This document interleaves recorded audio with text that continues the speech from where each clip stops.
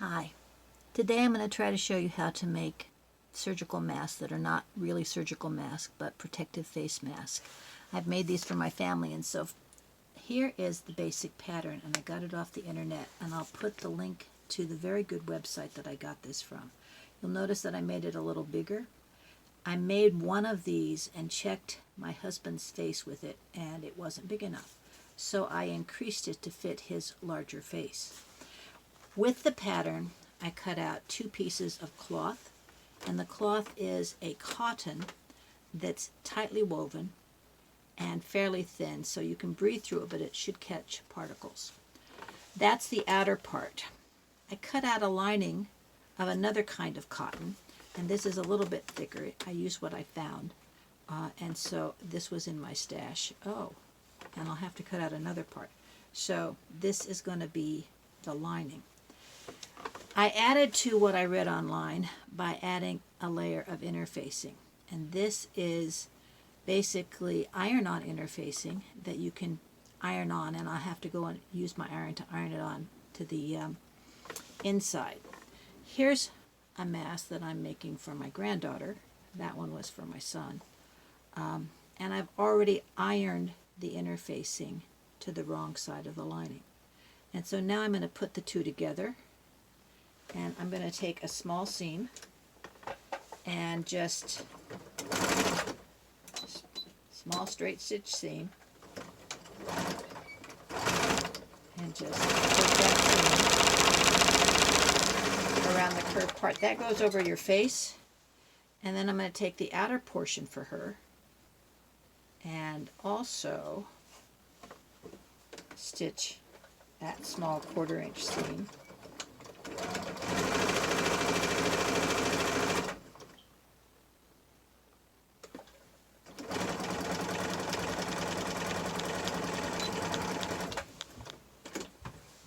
So that I have the 2 parts ready to put together.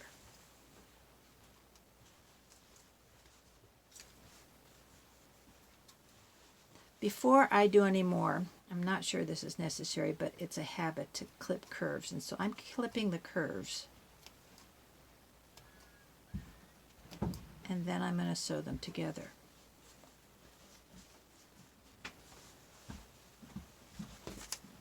Clipping the curves.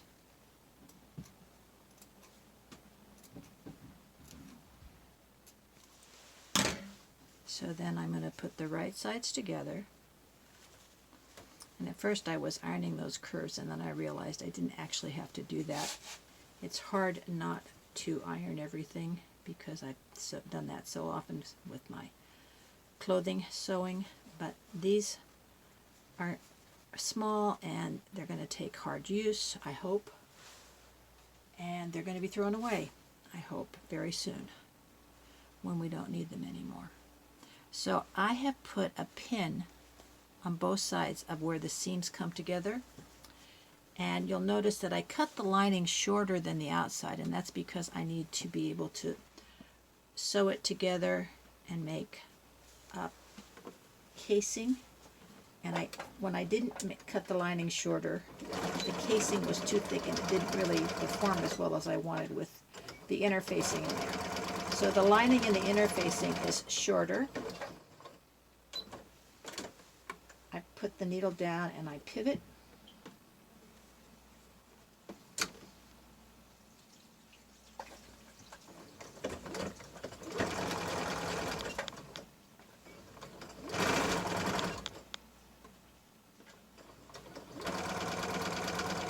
And that's the top. Now I take the same pin and I'm going to do the bottom.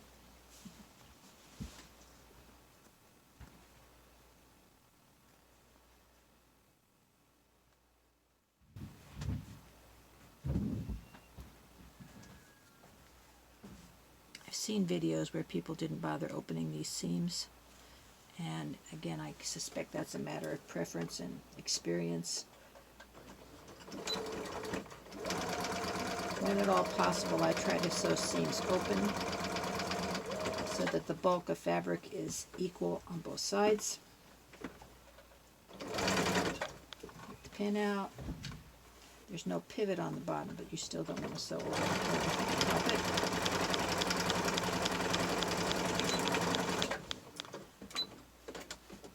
And so this part is ready for the next issue.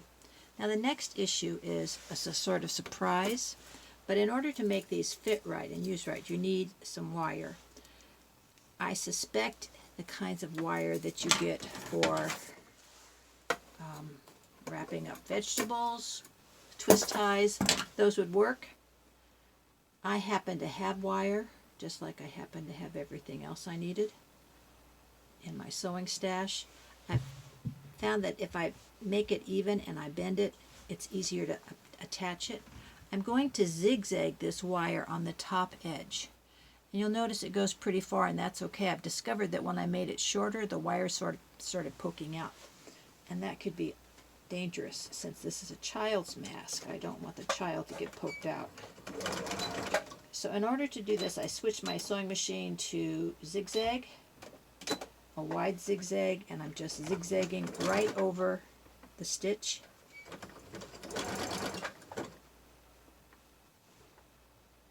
Keeping the wire intact.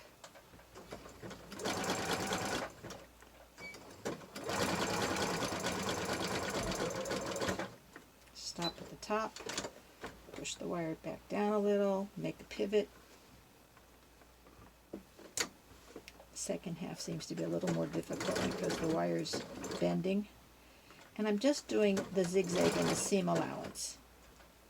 And that allows me to be able to have the top of the mask fit the face that it's going to be on, because the wire will hold it down. My back stitch.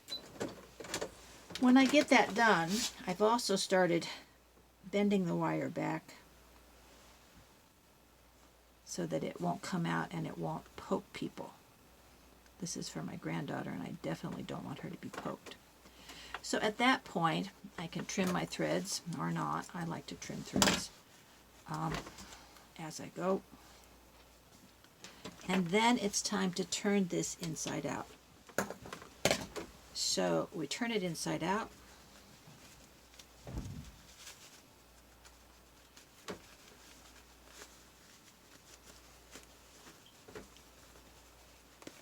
And then I go to the ironing board and I press it, because I like to have things neat.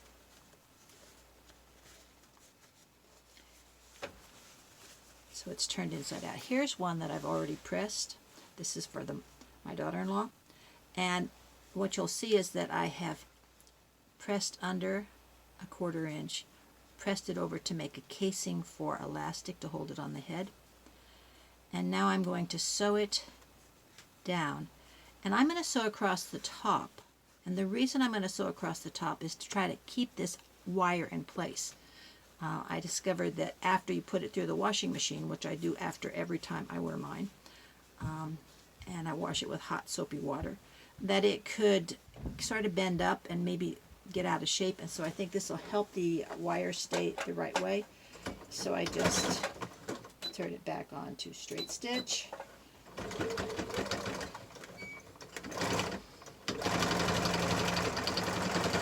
to the top. Pivot.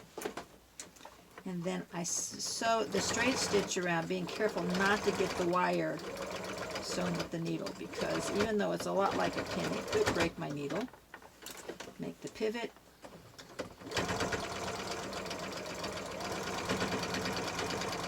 Go to this top, pivot, back stitch,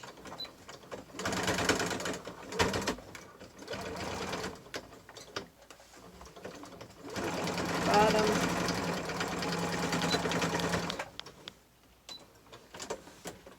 and all the sewing's done. What's left is putting the elastic in. If you want earpieces, you need about 8 inches of elastic for each ear. If you want it to go over the head, you need more elastic. I like it going over the head because it's very secure and I don't have to worry about it. Now I'm putting this through with a tool I happen to have that brings elastic through. You could do this with a safety pin, you could do it with a bobby pin, all sorts of things like that. So we just have to sew this together, and they suggested on the online things to use a 3-stitch zigzag, and I've been using it.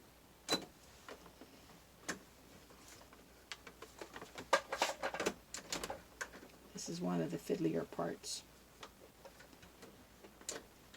You don't want the elastic to come out, so I sit back and work a lot.